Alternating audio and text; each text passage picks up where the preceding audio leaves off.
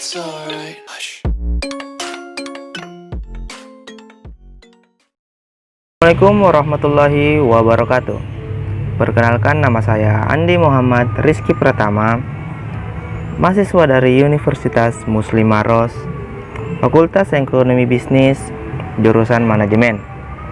Kali ini saya akan menjelaskan mind mapping yang berjudul Otoritas Jasa Keuangan. Otoritas Jasa Keuangan atau OJK merupakan lembaga negara yang dibentuk berdasarkan Undang-Undang Nomor 21 Tahun 2011 yang berfungsi menyelenggarakan sistem pengaturan, pengawasan yang terintegrasi terhadap keseluruhan kegiatan di dalam sektor jasa keuangan, baik dalam jasa sektor keuangan perbankan, jasa keuangan sektor non-bank maupun jasa keuangan sektor pasar modal.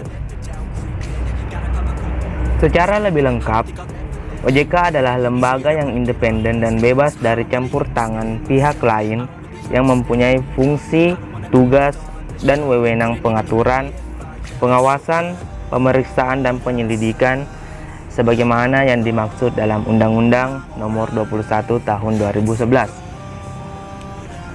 Otoritas Jasa Keuangan sendiri memiliki tujuan yakni 1. Menyelenggarakan secara teratur, adil, transparan, dan akuntabel. Yang kedua, mampu mewujudkan sistem keuangan yang tumbuh secara berkelanjutan dan stabil. Dan yang terakhir, memiliki tujuan yaitu mampu melindungi kepentingan konsumen dan masyarakat. Otoritas Jasa Keuangan atau OJK juga memiliki fungsi yakni menyelenggarakan sistem pengaturan dan pengawasan yang terintegrasi terhadap keseluruhan kegiatan di sektor jasa keuangan. Selanjutnya ada tugas dari OJK. Tugas dari OJK ada beberapa, yaitu melakukan pengaturan, pengawasan terhadap kegiatan jasa keuangan di sektor perbankan, di sektor pasar modal, dan di sektor jasa keuangan non-bank seperti sektor peransuransian, sektor dana pensiun, lembaga pembiayaan, dan lembaga jasa keuangan lainnya. Selanjutnya yakni ada wewenang dari Otoritas Jasa Keuangan. Ada beberapa poin wewenang dari Otoritas Jasa Keuangan sendiri, yakni menetapkan peraturan pelaksanaan undang-undang, yakni Undang-Undang Nomor 21 Tahun 2011. Yang kedua, menetapkan peraturan perundang-undangan di sektor jasa keuangan. Yang ketiga, menetapkan peraturan dan keputusan. Yang keempat, menetapkan peraturan mengenai pengawasan di sektor jasa keuangan. Yang kelima, menetapkan kebijakan mengenai pelaksanaan tugas dari OJK itu sendiri. Selanjutnya, menetapkan peraturan mengenai tata cara penetapan perintah tertulis terhadap lembaga jasa keuangan dan pihak tertentu. Dan yang terakhir, menetapkan peraturan mengenai tata cara pengenaan sanksi sesuai dengan ketentuan peraturan perundang-undangan di sektor jasa keuangan.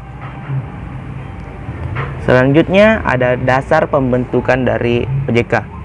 Dasar pembentukan dari OJK sendiri memiliki 3 landasan, yakni 1 landasan filosofis, yaitu mewujudkan perekonomian nasional yang mampu tumbuh dengan stabil dan berkelanjutan, menciptakan kesempatan kerja yang luas dan seimbang di semua sektor perekonomian, serta memberikan kesejahteraan secara adil kepada seluruh rakyat Indonesia. Yang kedua, landasan pembentukannya yaitu landasan yudiris.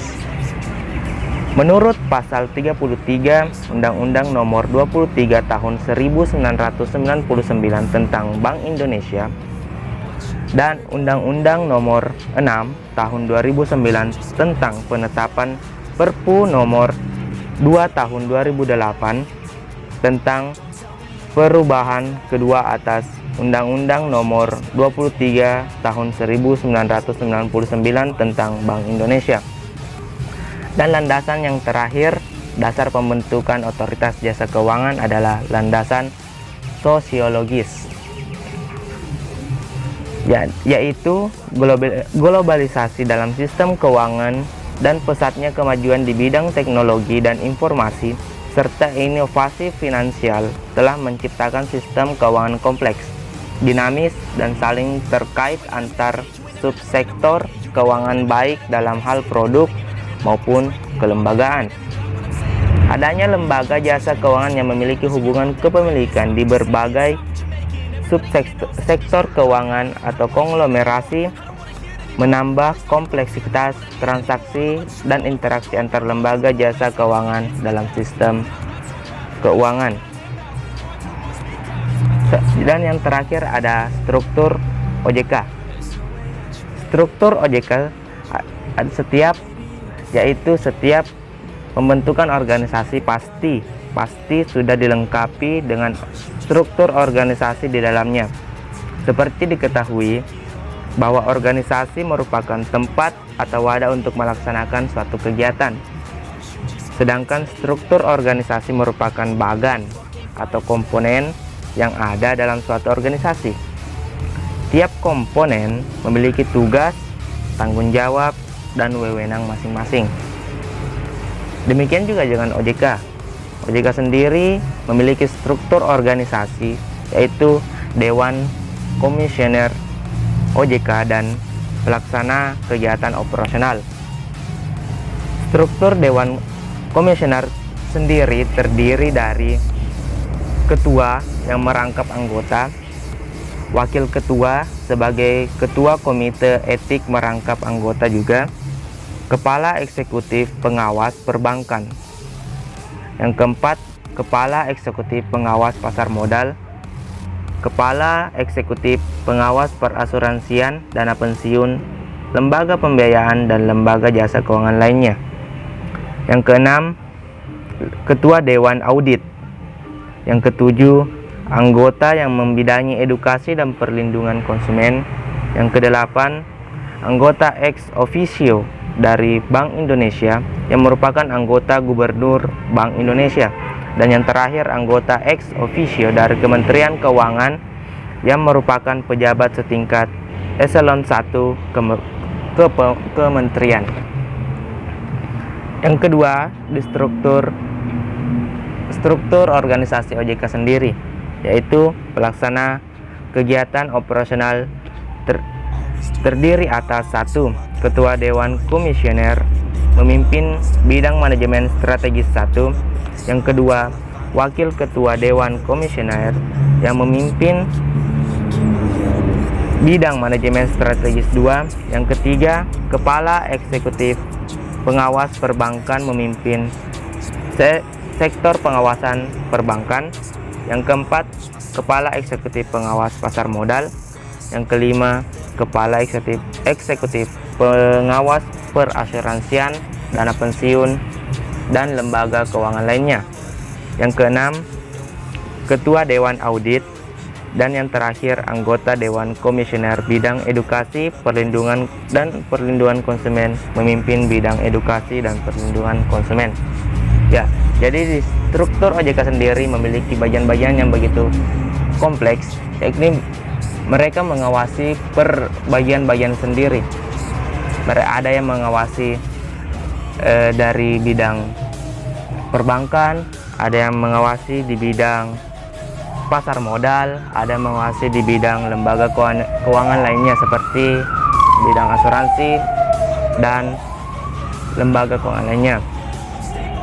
Ya, dapat saya simpulkan, OJK sendiri adalah lembaga yang independen dan bebas dari campur tangan pihak lain yang mempunyai fungsi, tugas, dan wewenang pengaturan, pengawasan, pemeriksaan, dan penyelidikan sebagaimana yang dimaksud dalam Undang-Undang nomor 21 tahun 2011. Sejarah singkatnya OJK terbentuk yaitu pada tanggal 27 Oktober 2011 RUU Otoritas Jasa Keuangan disahkan oleh DPR, dan selanjutnya pemerintah mensahkan dan mengundangkan Undang-Undang Nomor 21 Tahun 2011 ini dalam lembaran Negara Republik Indonesia pada tanggal 22 November 2011. Itu adalah ringkasan dalam isi Undang-Undang Nomor 21 Tahun 2011 mengenai Otoritas Jasa Keuangan atau OJK. Baiklah, itu adalah mind mapping yang berjudul Otoritas Jasa Keuangan yang dapat saya jelaskan. Saya mohon maaf apabila ada salah kata baik dalam pembuatan video ini maupun dalam saya menjelaskan. Mohon maaf. Sekian dan terima kasih. Wassalamualaikum warahmatullahi wabarakatuh.